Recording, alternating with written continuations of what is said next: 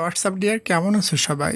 আজকের ড্রামাটা অনেক ইন্টারেস্টিং, কারণ ড্রামাটা সাজানো হয়েছে ফানি আর কিউট রোমান্টিক সিন দিয়ে। ড্রামার ভেতর আমরা দেখব পাহাড়ি জঙ্গলি একটা মেয়ে প্রথমবার শহরে যায় এবং তাকে জোর করে ধরে বড় সেলিব্রিটি বানিয়ে দেওয়া হয়। মানে খুবই মজার একটা ড্রামা। তাহলে চলো ডিয়ার, আজকের ড্রামাটা শুরু করি। ড্রামার শুরুতে আমরা এই ড্রামার হ্যান্ডসাম মেল লিডকে দেখি এবং তার নাম সিয়ং। সিয়ং কোরিয়ার সব থেকে বড় এন্টারটেইনমেন্ট কোম্পানির সিইও। সে ইচ্ছা করলে কাউকে রাস্তা থেকে উঠিয়ে এনেও সুপারস্টার বানিয়ে ফেলতে পারে। এরপর দেখি ডাইরেক্টরের সাথে তার একটু ঝামেলা হয়ে যায়, কারণ সিয়ং একটা ছেলেকে সুপারস্টার বানাতে চাচ্ছে, তবে ডাইরেক্টর এটাতে রাজি না। ওখানে অনেকটা সময় ধরে তাদের দুজনের ভিতর কথা কাটাকাটি হয়। এরপর সে বাইরে এসে তার অ্যাসিস্ট্যান্টকে বলে, ম্যাজিক দেখো, আমি 5 পর্যন্ত কাউন্ট করব। এর ভিতর ডাইরেক্টর আমাকে কল করে খুবই অনুরোধ করে বলবে আমি তোমার কথা মেনে নিয়েছি। সিয়ান 5 পর্যন্ত কাউন্ট কমপ্লিট করে, তবে কল আসে না। তখন তার অ্যাসিস্ট্যান্ট বলে, বস আপনার ম্যাজিকে মনে হয় কাজ করলো না। এটা বলে তাকে খেপাতে থাকে। আসলে অ্যাসিস্ট্যান্ট ছেলেটা সিয়ানের বন্ধু। একটু পর সত্যিই ডাইরেক্টর তাকে ফোন করে। এটা দেখে সিয়ান বলে, দেখ ম্যাজিক কাজ করে কিনা। অপরদিকে আমরা এই ড্রামার কিউট ফিমেল লিডকে দেখি। সে জঙ্গলের পাহাড়ের উপরে বসবাস করে। সে প্রথমবারের মতো শহরে এসেছে কোনো কাজের উদ্দেশ্যে। সে এতটাই সাদাসিধা মেয়ে, সে জানে না শহরের লোকেরা মানুষদের কিভাবে ধোকা দেয়। অপরদিকে সিয়ন একটু ডিপ্রেশন ফিল করলে প্রায় একটা সাইকিয়াট্রিস্ট ডক্টরের কাছে যায়। সাইকিয়াট্রিস্ট ডক্টরের কাজ হলো মানসিক রোগের চিকিৎসা দেওয়া। তবে সিয়নের কথা শুনে ডক্টর মাঝে মধ্যে নিজেই ডিপ্রেশনে চলে যায়। ডক্টর নিজেই ভুলে যায় পেশেন্ট আমি নাকি সে। তাদের দুজনের কথা চলছিল, তখন সিয়ং এর কাছে বারবার কল আসে। আসলে কলটা খুবই ইমার্জেন্সি ছিল। আজ একটা মডেলের ফটোশুট ছিল, তবে মেয়েটা আজ কোনোভাবে ফটোশুট করতে চাচ্ছিল না। মেয়েটা ভাগতে থাকে, আর ক্যামেরাম্যান, বডিগার্ড সবাই তাকে ধরতে তার পিছু দৌড়ায়। মেয়েটা আর সামনে যাইতে পারে না, কারণ এখানে রাস্তা শেষ। তখন মেয়েটা চিল্লিয়ে বলে, কেউ বাঁচাও, সবাই আমাকে কিডন্যাপ করতে এসেছে। হঠাৎ অ্যাসিস্ট্যান্টের মাথায় কেউ বাঁশ দিয়ে জোরে বাড়ি মারে। এটা আর কেউ না, বরং আমাদের সাদাসিধা ফিমেল লিড রিয়ং। সে মনে করছিল মেয়েটাকে তারা আসলেই কিডন্যাপ করতে এসেছে। অপরদিকে সিয়াং যখন ওই মানসিক ডক্টরের কাছ থেকে চলে যায়, তখন ওই ডক্টর আবার অন্য একটা ডক্টরের কাছে যায়, কারণ সে সিয়াং এর চিকিৎসা করতে গিয়ে নিজে রোগী হয়ে গিয়েছে। সামনের ডক্টর তাকে দেখে বলে, তোমার সমস্যা খুবই ডেঞ্জারাস, এখনই তোমাকে পাবনা হসপিটালে ভর্তি করতে হবে। ওদিকে অ্যাসিস্ট্যান্ট রিয়াংকে বকতে থাকে, তোমার জন্য মেয়েটি ভেগে গেল, এখন শুটিং এর জন্য মেয়ে কোথায় পাবো। তখন সে রিয়াংকে দেখে বলে, তুমি আমাকে মেরে ফেলার চেষ্টা করছো, এত জোরে মারছো, আর একটু হলে উপরে পৌঁছে যেতাম। এখন ওই মেয়েটির জায়গায় তুমি মডেলের কাজ করে দিবে। তুমি যদি মডেলের কাজ করে না দাও, তাহলে আমি পুলিশকে বলে তোমাকে জেলে দিব। রিয়াং তো সাদা সিধা মেয়ে ছিল, এজন্য সে মডেল সেজে ফটোশুট করতে রাজি হয়ে যায়। এরপর তাকে মেকআপ করিয়ে কিউট বানিয়ে রেডি করে দেওয়া হয়। ওই সময় আবার আমাদের হিরো ওই মেয়েটাকে কোন জায়গা থেকে ধরে নিয়ে আসে, তবে সে এসে দেখে এখানে আরেকটি মেয়ের ফটোশুট চলতেছে। রিয়াংকে প্রথমবার দেখে সিয়াং এর দিলের ঘন্টা বেজে ওঠে, কারণ তাকে অনেক কিউট যে লাগছিল। মডেল চলে এসেছে, এজন্য রিয়াংকে দিয়ে আর ফটোশুট করায় না। পরে রিয়াং চিল্লাতে থাকে, আমার ড্রেস কোথায়, ড্রেস দাও। তবে কেউ তার দিকে খেয়াল করে না, সবাই কাজে বিজি থাকে। এজন্য রিয়াং অনেক ক্ষেপে যায়। কেউ ওই ড্রেস চেঞ্জিং রুমে গেলে তার হাতে যা পাচ্ছিল তাই ছুঁড়ে মারছিল। তখন আমাদের সাহসী হিরো তার নিকটে যায় আর তার হাত ধরে ফেলে। তবে ডিয়ার, সিয়াং এখানে খাজানা দেখে ফেলেছিল, যেটা তার দেখা একদমই ঠিক হয়নি। আসলে রিয়ানের কিছুই পড়া ছিল না, এজন্য সে ওই রুমে কাউকে আসতে দিচ্ছিল না। সিয়াং তার খাজানা দেখে টাস্কি খেয়ে তার দিকে তাকিয়ে থাকে। এজন্য রিয়াং তার নাকে সেই লেভেলের একটা ঘুষি মারে। এটা দেখে সবাই অবাক হয়ে যায়। কেউ সিইওর সামনে গলা উঁচু করে কথা বলতে পারে না, আর আজ একটা সাধারণ মেয়ের হাতে সে ঘুষি খেয়েছে। সিয়াং এর জ্ঞান ফিরলে রেগে বলে, মেয়েটা কোথায়, আমি ওকে দেখে নিব। অ্যাসিস্ট্যান্ট বলে, আসলে দোষটা আমাদের, আমরা বিজি ছিলাম, এজন্য তাকে তার ড্রেসটি দিতে ভুলে গিয়েছিলাম। এরপর সিয়াং রেগে রিয়ং এর সামনে যায় আর তাকে তার সামনাসামনি বসায়। বলে, তুমি আমাকে যে ঘুষিটা মারছো, এর বদলে আমি তোমার কাছ থেকে $1 মিলিয়ন জরিমানা নিতে পারি। রিয়াংও কম ছিল না, বলে, তুমি আমার বিনা অনুমতিতে আমার খাজানা দেখে ফেলেছো, এজন্য আমি তোমার কাছ থেকে 1 মিলিয়ন না, বরং $10 মিলিয়ন জরিমানা নিতে পারি। সিয়াং আর কিছুই বলতে পারে না, কারণ প্রথমবারের মতো সে খাজানা দেখে অনেকটা লজ্জা পেয়েছে। এরপর সিয়াং এর একটা ইম্পর্টেন্ট কল আসে, এজন্য সে সাইডে চলে যায় কথা বলার জন্য।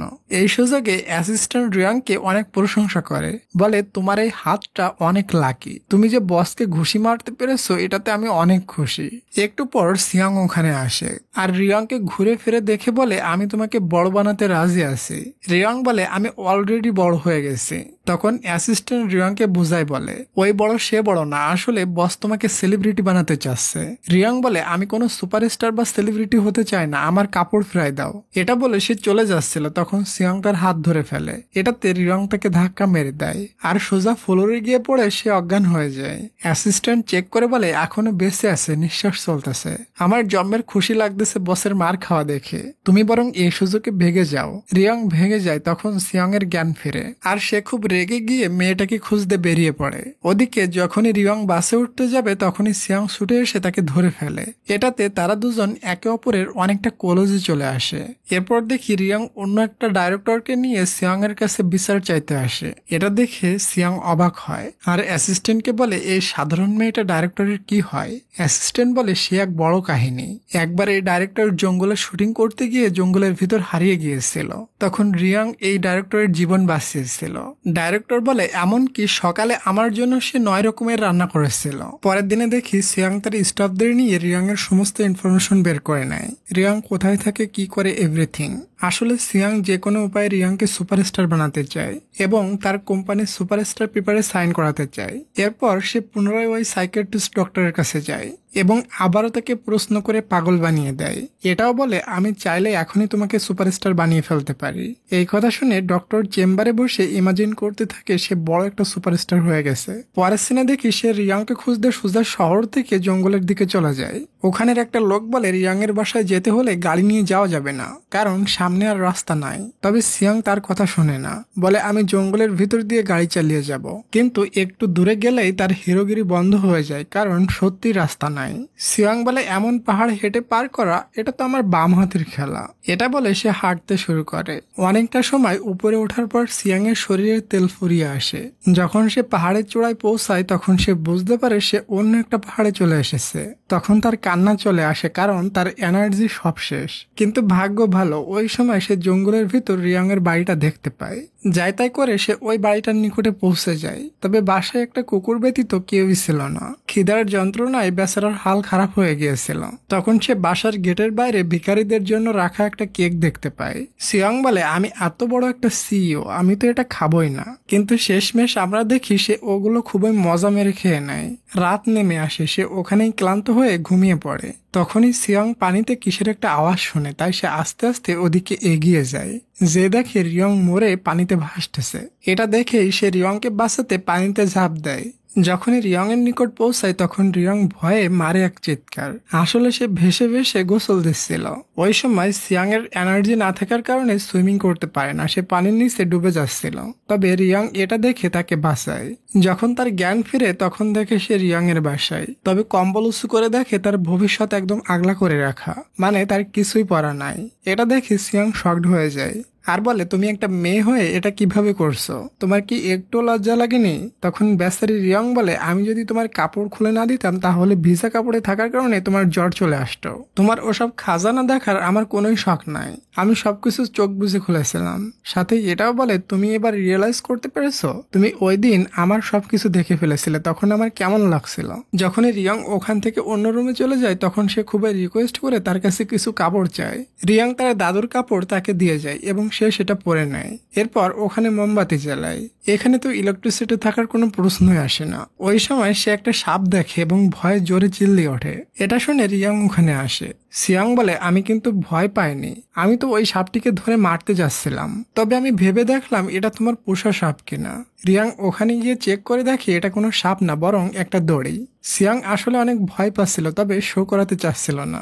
রিয়াং এর হাত ধরে বলে দেখো তুমি একটা মেয়ে মানুষ, শুনশান জায়গা একা একা ঘুমানো তোমার একদমই ঠিক হবে না, তুমি বরং আমার সাথে ঘুমাও, আমি তোমাকে প্রোটেক্ট করব। তবে রিয়াং চলে যাচ্ছিল, কিন্তু সিয়াং তার হাত ছাড়ে না। টানাটানি করতে গিয়ে রিয়াং নিচে পড়ে যায় আর সিয়াং তার উপরে। এমন ভাবে তারা দুজন একে অপরের দিকে অনেক সময় ধরে তাকিয়ে থাকে। তবে রিয়াং কোনোভাবে কন্ট্রোল করে সিয়ংকে সরিয়ে ওখান থেকে চলে যায়। একটু পর সিয়ং পুনরায় রিয়ং এর রুমের বাইরে দাঁড়িয়ে বলে, তোমার সাথে আমার কিছু ইম্পর্টেন্ট কথা আছে। তবে সে দরজায় খুলছিল না। সিয়ং বেচারার এতই ভয় লাগছিল সে কাঁপতে থাকে। শেষমেশ সে ভয় লুকাতে পারে না। রিয়াংকে বলে, আমার জন্মের ভয় লাগছে, আমাকে একটা মেয়ে মনে করে তোমার রুমে নিয়ে নাও। অবশেষে রিয়াং দরজা খুলে তাকে ভিতরে ডেকে নেয়। ওদিকে শহরে দেখি সারাদিন হয়ে গেল বস অফিসে আসলো না এবং বসের ফোনে কলও যাচ্ছে না। তবে এটাতে কেউ চিন্তিত ছিল না, সবাই চিল মোডে ছিল। সিয়াং ঘুম থেকে উঠে আর দেখে রিয়াং তার হাত রশি দিয়ে বেঁধে রেখেছে যাতে করে সে উল্টাপাল্টা কাজ না করতে পারে। এরপর রিয়াং তার জন্য নাস্তা রেডি করে। তবে 5 রকমের রান্না দেখে সিয়াং এর মাথা যায় গরম হয়। বলে, ওই যে ডাইরেক্টর আছে ওর জন্য তুমি 9 রকমের রান্না করেছিলে আর আমার জন্য 5 রকম কেন? রিয়াং বলে, না খাইতে চাইলে দিয়ে দাও, আমি খেয়ে নেই। তবে সিয়াং এর তো পেট শুকায় গিয়েছিল, এই জন্য সে উল্টাপাল্টা ভরতে থাকে। খাওয়ার পর সে রিয়াংকে বলে, তুমি জানো তোমার সামনে কে বসে আছে? আমার জন্য এত সময় শহরে আগুন লেগে গিয়েছে। আসলে তেমনই ছিল, সবাই খুব আনন্দের সাথে বসকে খুঁজতেছিল। তারা চাচ্ছিল বস আরো কিছুদিন ধরে মিসিং থাকুক। তখন সিয়াং এর মনে পড়ে, আমি যে কন্ট্রাক্ট পেপার রিয়াংকে সাইন করানোর জন্য নিয়ে এসেছিলাম সেটা তো রাস্তার ভিতর পড়ে গিয়েছিল। এরপর সে রিয়াংকে বলে, দেখো আমার চেহারা দেখে মনে হচ্ছে না আমি একটা বিশ্বস্ত মানুষ, এজন্য তুমি আমাকেই কন্ট্রাক্ট পেপার মনে করো। তখন রিয়াং তার দিকে আয়না ধরে আর সিয়াং দেখে তার মাথায় টাকা বাঁধা রবার দিয়ে চুলগুলো খুব এলোমেলো ভাবে বাঁধা আছে। তার চেহারা দেখে বিশ্বস্ত তো মনে হচ্ছিল না, বরং জোকার লাগছিল। সিয়াং বলে, তুমি আমার সাথে শহরে চলো, আমি তোমাকে সুপারস্টার বানাতে চাই। তবে রিয়াং তার কোনো কথাই শোনে না, বরং নিজের কাজে ব্যস্ত থাকে। সিয়াং না পেরে তার সমস্ত কাজে হেল্প করে আর বলে, প্লিজ তুমি আমার সাথে শহরে চলো, আমি তোমার সমস্ত কাজ করে দিচ্ছি।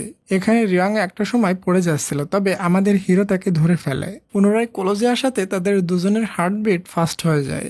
এরপরও রিয়াং তার সাথে শহরে যেতে রাজি হয় না, তাই সে রাগ করে রিয়াং এর বাসা থেকে চলে যায়।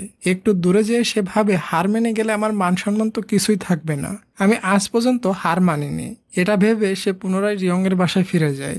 যে দেখে এক মোটু রিয়ং এর সাথে হেসে হেসে কথা বলছে এবং জানতে পারে সেদিন গেটের বাইরে যে কেকটা রাখা ছিল ওটা এই মোটুই রেখে গিয়েছিল, তাও আবার রিয়ং এর জন্য। এসব দেখে শুনে সিয়াং এর মাথা তো আগুন হয়ে যায়। সে রিয়ং এর হাতে তার কোম্পানির কার্ড ধরিয়ে দিয়ে মোটুকে ধরে নিয়ে যায়। সিয়াং মোটুকে বাইরে নিয়ে 2-1 থাপ্পড় মারে এবং তাকে অনেক বকতে থাকে। আসলে মোটু বলেছিল সে রিয়ংকে লাইক করে, এজন্য সিয়াং এত খেপেছিল। এরপরের সিনে দেখি সে শহরে ফিরে তার কোম্পানিতে আসে। এসেই অ্যাসিস্ট্যান্টের উপরে খুবই চেতে যায়, কারণ অ্যাসিস্ট্যান্ট উপরে দেখাচ্ছিল আমি আপনাকে খুবই খুঁজতেছি। তবে তলে তলে সে একটা নতুন জব খুঁজতেছিল, কারণ সে মনে করেছিল বস মনে হয় উপরে পৌঁছে গিয়েছে। এরপর সিয়াং একটা জায়গায় বসে ডান্স প্র্যাকটিস দেখতেছিল, তবে তার মাইন্ডে অন্য কিছু চলতেছিল। সে ভাবতে থাকে, শালা একটা মেয়ের পিছনে কত টাইম দিলাম আমি, এমনকি তার থালা বাসনও পরিষ্কার করে দিয়েছিলাম, আর সে আমার একটা কথাও শুনলো না। সিসি এ কেমন মেয়ে। এবং সে রিয়াং এর জন্য টেনশন করতে থাকে। মেয়েটা ওই জঙ্গলের ভিতর একা একা থাকে, কেউ তাকে ক্ষতি করে কিনা। এরপর সে সকাল দুপুর সন্ধ্যা সবসময় তার ফোন চেক করে যে আমি তাকে কার্ড দিয়ে এসেছিলাম কল করে কিনা, কিন্তু কোনো কল আসেই না। সে মানতেই পারছিল না, কারণ লাইফের ফার্স্ট কোনো মেয়ে তাকে ইগনোর করছে। বসের এমন টেনশন দেখে অ্যাসিস্ট্যান্টের মাথায় একটা আইডিয়া আসে। বলে, বস হয়তো রিয়াং এর কাছে ফোনই নাই বা ওই এরিয়াতে কোনো নেটওয়ার্কই পায় না। এই কথাটা সিয়ং এর কাছে খুবই ভালো লাগে, তাই তাকে বলে, আচ্ছা আমি কি তাকে একটা স্যাটেলাইট কানেকশন হলো ফোন কিনে পাঠাবো যাতে করে সে আমাকে কল করতে পারে। তখনই সে টিভিতে একটা নিউজ দেখে শকড হয়ে যায়। রিয়াং এর এলাকায় তুফান আসতে চলেছে, এটাতে পাহাড় ধসে মানুষের মৃত্যু হতে পারে। খানিকটা পরে রিয়াংকে দেখি সে রুমের ভিতর একা একা ছিল এবং তার খুবই ভয় লাগছিল। তখনই তার রুমের বাইরে কেউ আসে, আর এটা আর কেউ না বরং আমাদের হিরো সিয়ং। সিয়ংকে ওখানে দেখে রিয়াং তাকে জড়িয়ে ধরে। আচ্ছা ডিয়ার, এত সুন্দর একটা ড্রামা দেখতেছো, তুমি কি আমাকে একটা লাইক আর একটা সাবস্ক্রাইব করে দিবে? করে দাও প্লিজ, আর আমি আমার গল্পটা কন্টিনিউ করি। জড়িয়ে ধরলে সিয়ন প্রচন্ড খুশি হয়ে যায়, এটা সে কখনো এক্সপেক্ট করেনি। পরের সিনে দেখি সে রিয়ংকে নিয়ে শহরে এসেছে। সে প্রথমবার কোনো মেয়ের জন্য নিজের হাতে গাড়ির দরজা খুলেছে, এজন্য অফিসের সমস্ত লোক এই সিন দেখার জন্য ওদিকে দৌড়ে যায়। এরপর সে তাকে অফিসে নিয়ে আসে আর বলে, প্লিজ তুমি এই কন্ট্যাক্ট পেপারে সাইন করে দাও, আমি তোমাকে সুপারস্টার বানাতে চাই। তুমি তো দেখছো আমি তোমাকে কতটা কেয়ার করি, আমি তোমার জন্য কত বড় পাহাড় চড়ে তোমাকে বাঁচিয়ে নিয়ে আসলাম। এরপর অ্যাসিস্ট্যান্ট সিয়ংকে পাশের রুমে টেনে নিয়ে যায় আর বলে, বস এভাবে প্রেশার দিলে তো সে কখনোই মানবে না, আমি তাকে বোঝাচ্ছি। এটা বলে সে রিয়ং এর হাত ধরে খুবই রিকোয়েস্ট করতে থাকে। তুমি সাইন না করো, জাস্ট একটা মিউজিক ভিডিও শুটিং করে দাও। তখনই ওখানে সিয়াং চলে আসে আর দেখে অ্যাসিস্ট্যান্ট রিয়াং এর হাত ধরে আছে। সে খুবই জেলাস হয়ে অ্যাসিস্ট্যান্টকে মারে এক ধাক্কা। এরপর রিয়াংকে সে খুবই সুন্দরভাবে বোঝাতে থাকে। ইন দি এন্ড রিয়াং একটা মিউজিক ভিডিওতে শুটিং করতে রাজি হয়ে যায়। এরপর সে রিয়াংকে নিয়ে সমস্ত এজেন্সির সাথে পরিচয় করিয়ে দেয়। সন্ধ্যা হলে রিয়াংকে গাড়িতে বসিয়ে তাকে নতুন ফ্ল্যাটে পৌঁছে দিতে নিয়ে যায়। সে ফ্ল্যাটটা স্পেশালি রিয়াং এর জন্য বুকিং করেছিল, এজন্য রিয়াং তাকে থ্যাঙ্কস বলে। এরপর সিয়াং চলে যায়। রিয়াং ভাবতে থাকে ছেলেটা একটু পাগলা হলেও অনেক সুইট। পরের দিন সকালে উঠে রিয়াং নাস্তা রেডি করে সিয়াংকে কল করে আসতে বলে। সিয়াং আসে, তবে আবারও 5 রকমের রান্না দেখে সে চেতে যায় আর বলে তুমি ডাইরেক্টরের জন্য 9 রকমের রান্না করেছিলে আর আমার জন্য 5 রকম কেন? তখন রিয়াং বলে আরে ডাইরেক্টর কিম সিয়ার 2 রকমের স্যুপটাকেও সিলেক্ট করে 9 রকম বলেছে, আমি তার জন্য সেম জিনিস রান্না করেছিলাম। এটা শুনে সিয়াং আনন্দের ঠেলায় প্রচন্ড হাসতে থাকে এবং স্টাফদেরও জোর করে হাসতে বলে। এর পরের সিনে দেখি অফিসের সমস্ত মেয়েরা রিয়াংকে নিয়ে খুবই জেলাস ছিল, তাই তারা রিয়াংকে অপমান করার জন্য তাদের সাথে ঘুরতে নিয়ে যায়। এই কথা সিয়াং শুনে খুবই চিন্তায় পড়ে যায়। মেয়েটা খুব সাদাসিধা, তার সাথে কি হবে কি জানি, এজন্য সে তাকে খুঁজতে থাকে। তবে রিয়াং জঙ্গলি মেয়ে হলেও ছিল খুবই স্মার্ট। সে মেয়েগুলোকে বলে তোমরা এত কিউট কেন, তোমাদের সেই সুন্দর লাগছে, এসব বলে মেয়েদেরকে পটিয়ে নেয়। ওখানে সিয়াং ছুটতে ছুটতে পৌঁছে যায় আর সবাই তার দিকে তাকিয়ে থাকে। এরপর সিয়াং ডিসাইড করে আমি যে রিয়াংকে লাইক করি এটা শো করানো যাবে না, তাই সে অ্যাসিস্ট্যান্টকে রিয়াং এর সেক্রেটারি বানিয়ে পাঠায়। সে নিজে আর রিয়াং এর নিকটে যায় না এবং সেক্রেটারির কাছ থেকে রিয়াং এর সমস্ত খোঁজ খবর রাখে। তবে ডিয়ার, সিয়াং কিন্তু মাঝে মধ্যে লুকিয়ে লুকিয়ে রিয়াংকে দেখতে যায়। তাদের দুজনের দেখা না হলেও রিয়াং রোজ সিয়াংকে কল করে, এটাতে সিয়াং খুবই খুশি হয়ে যায়। সিয়াং বলে দেখো টেবিলের উপরে একটা ল্যাপটপ রাখা আছে, ওটা দিয়ে ভিডিও কল করো। কিছু সময় তারা ভিডিও কলে কথা বলে। তখনই রিয়াং এর রুমে কেউ ডোরবেল বাজায়। সিয়াং বলে তুমি দরজা খুলো না, তবে রিয়াং তার কথা শুনে না, সে দরজা ওপেন করতে যায়। ওই সময় সিয়াং কিছু একটা পড়ে যাওয়ার আওয়াজ শোনে, তাই সে খুবই চিন্তিত হয়ে রিয়াং এর বাসায় পৌঁছে যায়। যে রিয়াংকে সুস্থ দেখে তাকে জড়িয়ে ধরে। এটা তোমার গ্রাম বা পাহাড়ি এলাকা না যে ডোরবেল বাজালেই খুলে দিতে হবে, তুমি একটা পাহাড়ি মেয়ে, শহরের বিষয়ে তোমার কোনো আইডিয়াই নাই। পাহাড়ি মেয়ে শুনে রিয়াং এর খুবই রাগ উঠে যায়। আসলে সে ফোন রেখে দরজা খুলতে গিয়েছিল, ওই সময় ফোনটা পড়ে গিয়েছিল, সেই আওয়াজ এসেছিল। রিয়াং রাগ করে চলে যাচ্ছিল, তবে সিয়াং তাকে আটকায়। এত ক্লোজে আসাতে সিয়াং এর হার্টবিট বেড়ে যায়। সে ভাবতে থাকে আমার এমন কেন হচ্ছে, আমি কেন তার দিক থেকে নজর সরাতে পারছি না, আমি তো এমন ছিলাম না। তাই সে সোজা আবারও সাইকিয়াট্রিস্ট ডক্টরের কাছে যায় আর ডক্টরের যেটুকু হুঁশ বেঁচে ছিল সেইটুকু শেষ করতে শুরু করে। এরপর আমরা জানতে পারি কালকে রাত্রে রিয়াং এর বাসায় ওই পাহাড়ের মোটুটা এসেছিল। সে বহুদিন ধরে রিয়াংকে ফলো করে যাচ্ছে আর এই সবকিছু সিয়াং এর ওই শত্রু ডাইরেক্টর করাচ্ছে, কারণ সে রিয়াংকে তার টিমে নিতে চায়। পরের দিন থেকে রিয়াং এর গানের শুটিং শুরু হয়ে যায়। এটা ছিল একটা রোমান্টিক গানের ভিডিও। সে ওখানে কিছু বয়েজদের সাথে শুট করেছিল। ছেলেগুলো অনেক ফ্রেন্ডলি ছিল, এই জন্য রিয়াং শুটিং করতে করতে অনেক এনজয় করে। তবে যখন রোমান্টিক গান শুরু হয় তখন সে সিয়াংকে অনেক বেশি মিস করতে থাকে, কারণ সিয়াং কখনো তার সামনে আসে না। অনেকদিন হয়ে গেল তাকে সে দেখেনি। সব থেকে বড় কথা, তার শুটিংও দেখতে আসেনি। ওই দিন সন্ধ্যায় সে বাইরে কারোর সাথে মিট করতে যায়। আসলে তাকে মোটু আর ডাইরেক্টর দেখা করতে বলেছে। তাকে বসিয়ে খুব সুন্দরভাবে বোঝাতে থাকে, দেখো সিয়াং ভালো ছেলে না, সে সবাইকে ইউজ করে। যখন তোমাকে ভালোভাবে ইউজ করা হয়ে যাবে তখন সে তোমাকে টিস্যু পেপারের মতো উঠিয়ে বাইরে ফেলে দেবে। ডাইরেক্টর এটাও বলে আমি কোরিয়ার সব থেকে বড় আর্টিস্ট এবং ডাইরেক্টর। আমি বুঝি না তুমি সিয়ানের সাথে কেন কাজ করছো। আরে সিয়াংকে তো আমিই জব দিছি, এখনো সে আমার আন্ডারে কাজ করে। সো তুমি আমার সাথে কন্ট্রাক্ট পেপার সাইন করো, আমি এক তড়ি মেরে তোমাকে স্টার বানিয়ে দিব। ঠিক ওই সময় ওখানে সিয়াং চলে আসে। আসলে সে রিয়াং এর উপর নিজেই নজর রেখেছিল। ওই দিন রাত্রে মোটু যে রিয়াং এর বাসায় গিয়েছিল এটাও সে সিসিটিভি ফুটেজে দেখেছিল।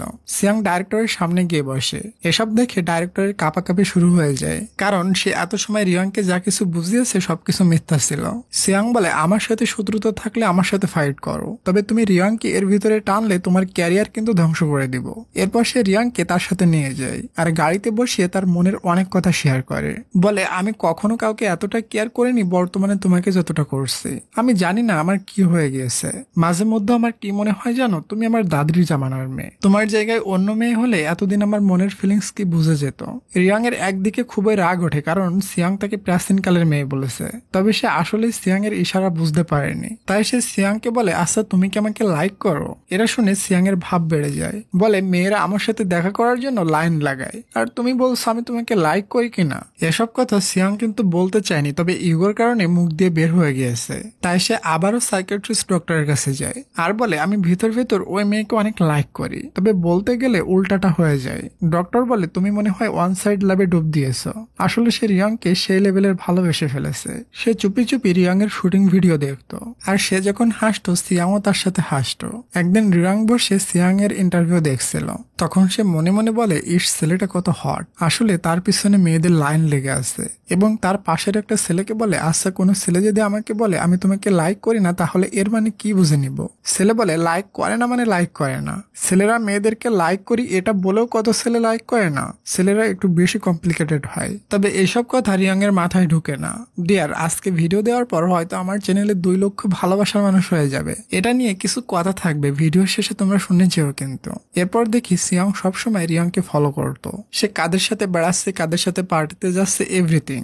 আজ দেখে রিয়াং তার ফ্রেন্ডের সাথে পার্টিতে যাচ্ছে। এটা দেখে সে খুবই জেলাস হয়। সে একটা পা সামনে বাড়ায় আর একটা পা পিছনে বাড়ায়। সে ভাবতে থাকে আমি এদিকে যাব কিনা। এসব কিছু অ্যাসিস্ট্যান্ট নোটিস করে। ওদিকে রিয়াং এ দেখে আজকাল সিয়াং খুবই বিজি থাকে, আমাকে একটা কলও করে না। এরপর একদিন সে সিয়াংকে দেখে শুটিং ছেড়ে তার কাছে ছুটে এসে তার হাত ধরে ফেলে আর বলে তোমাকে আমি বহুদিন দেখিনি। সিয়াং বলে আমি কাজে বিজি থাকি, তোমাকে তো আগেও একদিন বলেছি। এসব বলে তাকে ইগনোর করতে থাকে। তবে ওখান থেকে যাওয়ার আগে সে আলতোভাবে রিয়াং এর মাথায় হাত বুলিয়ে যায়। একটু পরে দেখি সে হাতটাকে নিয়ে গালাগালি করতেছে, তুই শালা ওর মাথায় কেন গেলি, আমি কি তোকে পারমিশন দিয়েছি? এ সমস্ত অ্যাসিস্ট্যান্ট দেখে বলে আমি তোমার রোগ ধরে ফেলেছি। তুমি রিয়াংকে ভেতর ভেতর অনেক ভালোবেসে ফেলেছ, তবে তুমি তোমার মনের কথা বাইরে আনতে চাও না। তাই যত তাড়াতাড়ি হয় ওসব কিছু মন থেকে বাইরে প্রকাশ করে দাও, না হয় তুমি সুস্থ হবে না। সিয়াং ভেবেচিন্তে বলে এটা একদমই ঠিক কথা। এরপর সেই অ্যাসিস্ট্যান্টের কাছ থেকে ক্লাস নেয় কিভাবে রিয়াংকে পটাবে। ওদিকে রিয়াং এর আজ মেইন শুটিং চলতেছিল। সে এখানে সিয়াংকে খুবই মিস করছিল। কিছুক্ষণ পর শুটিং শেষ হয়। এরপর সে উদাসীন হয়ে বাইরে এসে বসে। তখনই তার কাছে মোটুর কল আসে। মোটু তাকে তার গ্রামের বাড়ি নিয়ে ডিসকাস করে, তবে কি বলে এটা আমাদের দেখানো হয় না। এরপর সে ওখান থেকে সোজা সিয়াং এর অফিসে যায়। সিয়াং তাকে দেখে হঠাৎ বলে ফেলে তুমি আমার পারমিশন না নিয়ে কেন ঢুকেছো? আমরা একটা ইম্পর্টেন্ট ম্যাটার নিয়ে ডিসকাস করছিলাম। আসলে কিন্তু সে তাকে পটানোর প্ল্যান করছিল, তবে পটানোর আগেই ঘুলাই ফেলেছে। এটা শুনে রিয়ং খুবই রেগে যায় আর সে তার জন্য যে খাবার নিয়ে এসেছিল ওটা দিয়ে ওখান থেকে চলে যায়। অ্যাসিস্ট্যান্ট বলে এটাই তোমার সমস্যা, তুমি নিজেকে কন্ট্রোল করতে পারো না। অ্যাসিস্ট্যান্ট তাকে সবকিছুর জন্য ক্লাস করায়, কোথায় কিভাবে ব্যবহার করতে হবে এভরিথিং। পরে সে কিছু ফুল নিয়ে রিয়ং এর সাথে মিট করতে যায়, তবে ফুলটা নিয়ে রিয়ং এক সাইডে ফেলে দেয়, কারণ তার কাছে ফুলগুলো গাছেই সুন্দর লাগে, মানুষের হাতে না। পরে সে রিয়াংকে একটা রেস্টুরেন্টে ডিনার করতে নিয়ে যায়। রিয়াংকে ইমপ্রেস করার জন্য গাড়ির দরজা ওপেন করতে যায়, কিন্তু রিয়াং আগেই বের হয়ে যায়। সিয়াং এর বরং আঘাতে লাগে। অ্যাসিস্ট্যান্ট আরো বলেছিল মেয়েদের আগে আগে হাঁটবে না, একসাথে হাঁটবে। তবে মেয়ের সাথে সে হেঁটেই পারে না, এত দ্রুত চলছিল। এমনকি সে তার জন্য রেস্টুরেন্টের দরজাও খুলতে পারে না। এরপর তাকে চেয়ার এগিয়ে দিতে যায়, তবে রিয়াংকে ধাক্কা মেরে চেয়ার এগিয়ে দেয়। মানে সবকিছুতে সিয়াং ফেলের পর ফেল করতেই থাকে। সে কোনো কিছুই পারফেক্ট ভাবে করতে পারছিল না। এসব কিছুতে রিয়াং তো ইমপ্রেস হয় না, বরং উল্টা বিরক্ত হয়। ফাইনালি খাবার আসে, তবে সিয়াং খাওয়ার উপর মনোযোগ না দিয়ে রিয়াংকে দেখতেই থাকে আর কল্পনার সাগরে ডুব মারতে থাকে। রিয়াং বলে আজ তুমি এত আজীব বিহেভ করছো কেন? পরে তাকে বলে তোমার সাথে অনেকদিন আছি, এটা আমার স্মৃতি হয়ে থাকবে। তুমি আমাকে তোমার একটা মিউজিক ভিডিওর মডেল বানাতে চেয়েছিলে, তাই এতদিন এখানে আছি। তবে গতকাল মিউজিক ভিডিও শুটিং শেষ হয়ে গিয়েছে, তাই আমি আগামীকাল চলে যাচ্ছি শহর থেকে। এটা শুনে সিয়াং এর দিল কলিজা শুকায় যায়, মানে সে শকড হয়ে যায়। রিয়াং বলে একটা জরুরি কাজের জন্য আমার হঠাৎ করে চলে যেতে হচ্ছে। তবে সিয়াং এতই শকড হয়েছিল কি কাজের জন্য সে ফিরে যাচ্ছে এটাও জিজ্ঞাসা করে না। এরপর রিয়াং বিল দিতে যায়, কিন্তু সিয়াং তার আগেই কার্ড বের করে দেয়। সে রিয়াংকে বলে তুমি চলে যাচ্ছ কেন আমি বুঝতে পারছি, তোমাকে যে আমার ভালো লাগে এটা তুমি বুঝতে পারছো, তাই পালাচ্ছ।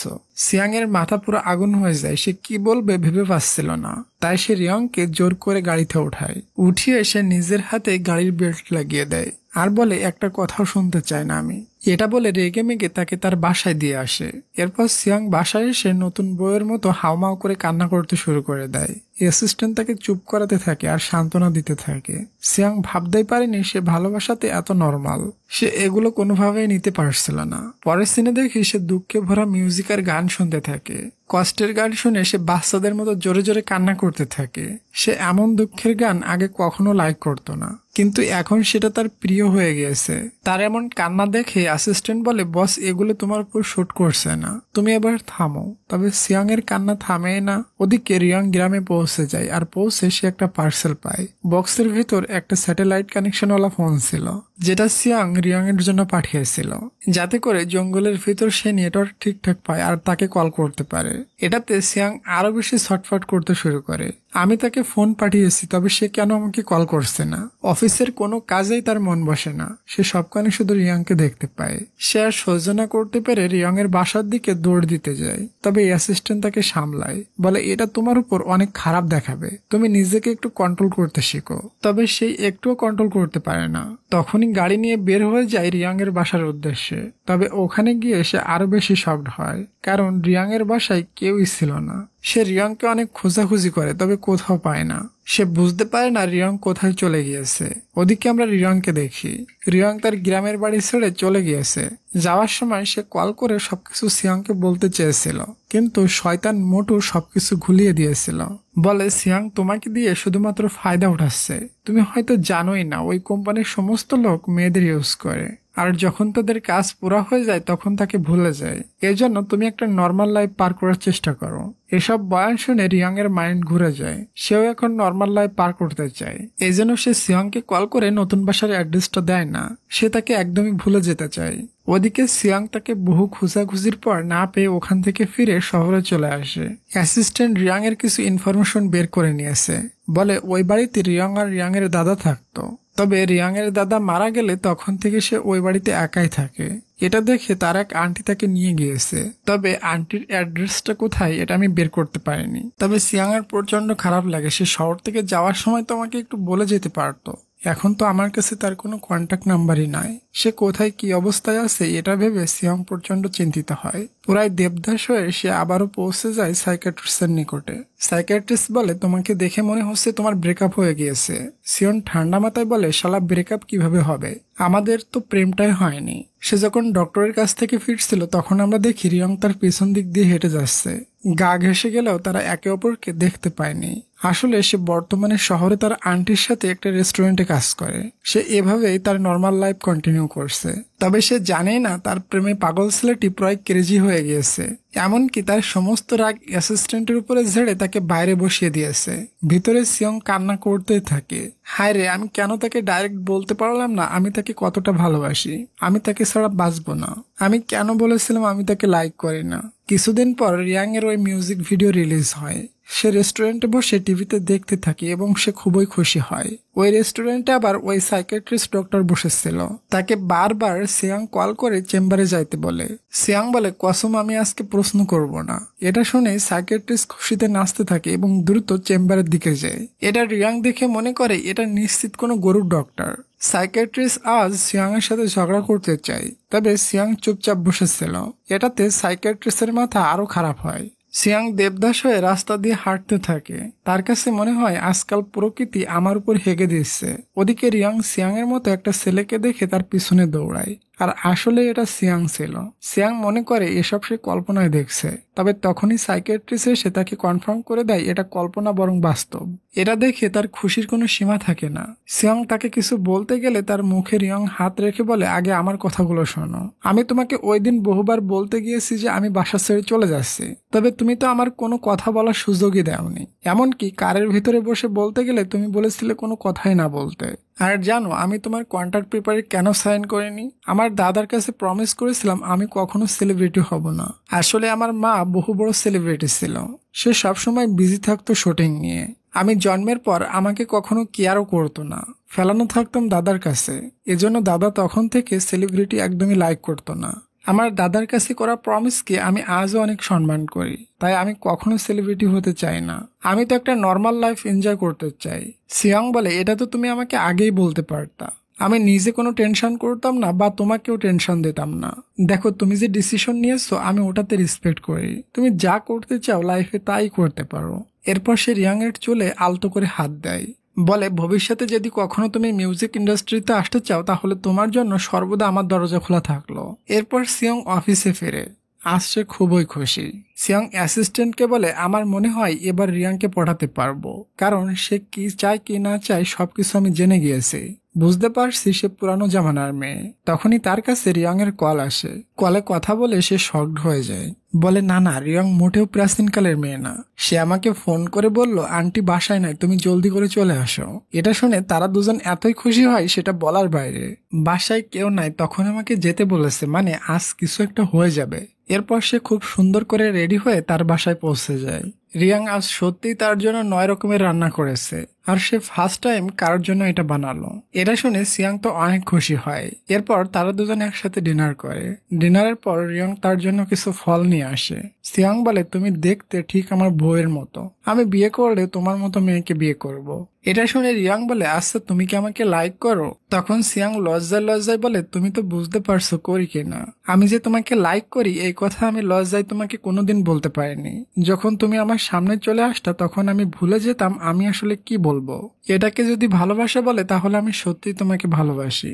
ওদিকে আমরা ওই সাদা চুলওয়ালা মডেল মেয়ে মিঞ্জুকে দেখি। তাকে আজকে অনেকটা স্যাড দেখাচ্ছিল, কারণ তার বয়ফ্রেন্ড তার সাথে ব্রেকআপ করতে যাচ্ছে। সে এসব কিছু রিয়াং এর সাথে বলে এবং তাকে আজ রাতে পার্টিতেও ইনভাইট করে। রাত্রে যখন সে পার্টিতে আসে তখন সবাই এখানে এসেছিল। মিঞ্জু রিয়াংকে রেডি করে নিয়ে আসে, আর তার এমন কিউট লুক দেখে সিয়াং তো ফিদা হয়ে যায়। পরের দিন রিয়াংকে দেখি, তার শরীরের অবস্থা তেমন একটা ভালো না। আন্টিও আজ বাসায় নয়, সে গ্রামে গিয়েছে সবজি কিনতে।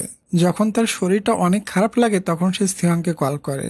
সিয়াং তো তার কল দেখে পাগলের মতো খুশি হয়। রিয়াং বলে আজ আমার কাছে কেউ নাই, আমি অনেক অসুস্থ, হসপিটালে অ্যাডমিট আছি, তুমি কি একটু আসতে পারবে? এটা শুনতেই সিয়াং প্রচন্ড চিন্তিত হয়ে দৌড়ে যায় তার কাছে। রিয়াং তাকে থ্যাঙ্কস বলে। সিয়াং বলে আমাদের ভিতর কোনো থ্যাঙ্কস সরির প্রয়োজন নাই। রিয়াং জেনারেল ওয়ার্ডে ভর্তি ছিল, এজন্য সে লোকদের চেঁচামেচিতে ঘুমাতে পারছিল না। সিয়াং সারা রাত বসে তার কান চেপে ধরে যাতে সে আরাম করে ঘুমাতে পারে। পরের দিন তাকে চেক আপ করিয়ে কোলে উঠিয়ে ভিআইপি রুমে শিফট করে নেয়। আজও সে সারা রাত জেগে একটা কেয়ারিং বয়ফ্রেন্ডের মতো তাকে খেয়াল রাখে। এসব করতে করতে সে ভুলে গিয়েছে আজ তার অনেক বড় মিটিং ছিল। অ্যাসিস্ট্যান্ট এসে বলে তুমি এমন বিয়ে খেয়াল কেমনে হতে পারো? আসলে সিয়াং আর অ্যাসিস্ট্যান্টের ভিতরে সারাদিন ঝগড়া লেগে থাকে। তারপরও তারা কিন্তু একে অপরকে অনেক ভালোবাসে। হসপিটালে রিয়াং এর আন্টি তাকে কেয়ার করছিল, আর তাকে খেপিয়ে বলে ছেলেটা কে রে, তোকে সারা রাত জামাই যেমন বউকে কেয়ার করে তেমন ভাবে কেয়ার করেছে, এমনকি হসপিটালের সমস্ত বিলও পরিশোধ করে দিয়েছে। সকালে সিয়ং পুনরায় রিয়ংকে দেখতে আসে, আর সে ওখানে দেখে কেউ তার জন্য কিউট একটা ডল গিফট নিয়ে এসেছিল। সেটা সে লাথি মেরে ফেলে দিয়ে ওখানে তার গিফট রাখে। বাইরে গেলে দেখে একটা ডক্টর রিয়াং এর সাথে ফ্লার্ট করছে। সিয়াং জেলাস হয়ে রিয়াং এর সাথে চিপকায় বসে যায়। ডক্টর বলে দেখে মনে হচ্ছে তোমরা ভাই বোন। সিয়াং চেতে গিয়ে বলে তোমার বস আমার ফ্রেন্ড, আমি তুড়ি মারলে কিন্তু তোমার চাকরি আউট। এটা শুনে ডক্টর ভয় পেয়ে সিয়াংকে দুলাভাই বলে ওখান থেকে চলে যায়। রিয়াং বলে আমি তোমাকে অনেক কষ্ট দিয়েছি, তুমি 2টা রাত আমার জন্য ঘুমাতে পারোনি। সিয়াং বলে আমি এটাতেই খুশি, অনেক ভালো লাগে তোমার কেয়ার করতে পারলে। আমার কাছে কি মনে হয় জানো, আমি যদি তোমাকে অল টাইম কেয়ার করতে পারতাম। এরপর সিয়াং উঠে ডাইরেক্ট রিয়াংকে কিস করে দেয়, আর রিয়াং ঠাস করে তাকে একটা থাপ্পড় মেরে বসে। থাপ্পড় মেরে সে আফসোস করতে থাকে থাপ্পড় মারাটা আমার ঠিক হয়নি। সিয়াং তো অনেক কষ্ট পেয়ে ওখান থেকে চলে যায়। পরের দিন মিনজু রিয়াংকে কল করে বলে সিয়াং কোরিয়া ছেড়ে সারা জীবনের জন্য চায়নায় চলে যাচ্ছে। এটা শুনে রিয়াং পাগল হয়ে সিয়াংকে খুঁজতে থাকে। তার ফোনে কলও ঢুকে না। যখন সে বেখেয়ালি মনে রাস্তা পার হচ্ছিল তখন একটা গাড়ি তাকে মেরেই দিবে, তখন হিরো সিয়াং এসে তাকে বাঁচিয়ে নেয়। রিয়াং তাকে শক্ত করে জড়িয়ে ধরে, বলে জানি আমরা দুজন অনেক ডিফারেন্ট, তুমি একটু বেশি সন্দেহ করো আমাকে, তবে ভালোবাসো বলেই তো সন্দেহ করো, আমিও তোমাকে জন্মের ভালোবাসি। এরপর সিয়াং তাকে গাড়িতে বসায়। সর্বপ্রথম তার শরীর মুছে দেয় যাতে করে তার ঠান্ডা না লাগে। এরপর তারা একে অপরকে জড়িয়ে ধরে কিস করতে থাকে। বৃষ্টিতে ভেজা শরীরের স্পর্শে তাদের হটনেস আরো বেড়ে যায়। ওদিকে গাড়ির বাইরে বেচারার অ্যাসিস্ট্যান্ট বসে বৃষ্টিতে ভিজতে থাকে, কারণ গাড়ির ভিতরে মেইন সিন চলতেছে। এর পরের সিনে মিনজু আমাদেরকে বলে আমি বুঝতে পেরেছিলাম তারা দুজন একে অপরকে অনেক ভালোবাসে, তবে এক হতে পারছিল না। তাই আমি রিয়াংকে কল করে মিথ্যা বলেছিলাম সিয়াং কোরিয়া ছেড়ে চলে যাচ্ছে, যাতে করে রিয়াং তার ভিতরে সিয়াং এর জন্য যে ফিলিংসটা আছে এটা বুঝতে পারে। আর এটা কাজেও লেগেছে।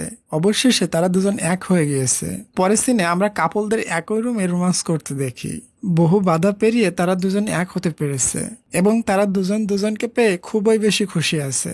এখন ডিয়ার, আমি তোমাদের কাছে যে কথাটা বলতে চেয়েছিলাম, হয়তো আজকে বা কালকের ভিতরে আমার চ্যানেলে 2 লাখ ভালোবাসার মানুষ হয়ে যাবে। অনেক ভালো খারাপ দিন গেছে আমার সাথে, তবে তোমরা কখনো আমাকে ছেড়ে যাওনি, আর আমি সত্যি প্রাউড ফিল করি তোমাদের মতো প্রিয় মানুষগুলি পেয়ে। এত সুইট অডিয়েন্স আমি কখনো কারোর চ্যানেলে দেখিনি। এটা কোনো পাম মারতেছে না। যাই হোক, মূল কথাটা বলে ফেলি। আমাদের যেহেতু 2 লাখ ফ্যামিলি পূরণ হয়ে গেছে, এটা নিয়ে আমরা একটা কিউএনএ ভিডিও করব। আমি আজ পর্যন্ত আমার চ্যানেলের ভিতরে কোনো কিউএনএ ভিডিও করিনি। কালকে আমি কিউএনএ পোস্ট দিয়ে দিব। আমাকে নিয়ে তোমার যত প্রশ্ন আছে তুমি ওখানে করতে পারবা, আর আমি তোমার নাম সহ পরবর্তী ভিডিওতে তোমার কমেন্টের অ্যান্সার দিয়ে দিব। সবাই কমেন্টস করবা কিন্তু। আর হ্যাঁ, আমাকে উইশ করতে যেন ভুলে যাও না। মন থেকে তোমাদের জন্য অনেক অনেক ভালোবাসা রইল। আশা করি তোমরা এই ভিডিওর কমেন্টে সবাই উইশ করবা। আমি অনেক হ্যাপি হব। তো ডিয়ার, ভালো থাকো সবাই। দেখা হচ্ছে আমাদের নেক্সট কিউএনএ ভিডিওতে। তত সময়ের জন্য টেক কেয়ার, টেক লাভ, বাই বাই।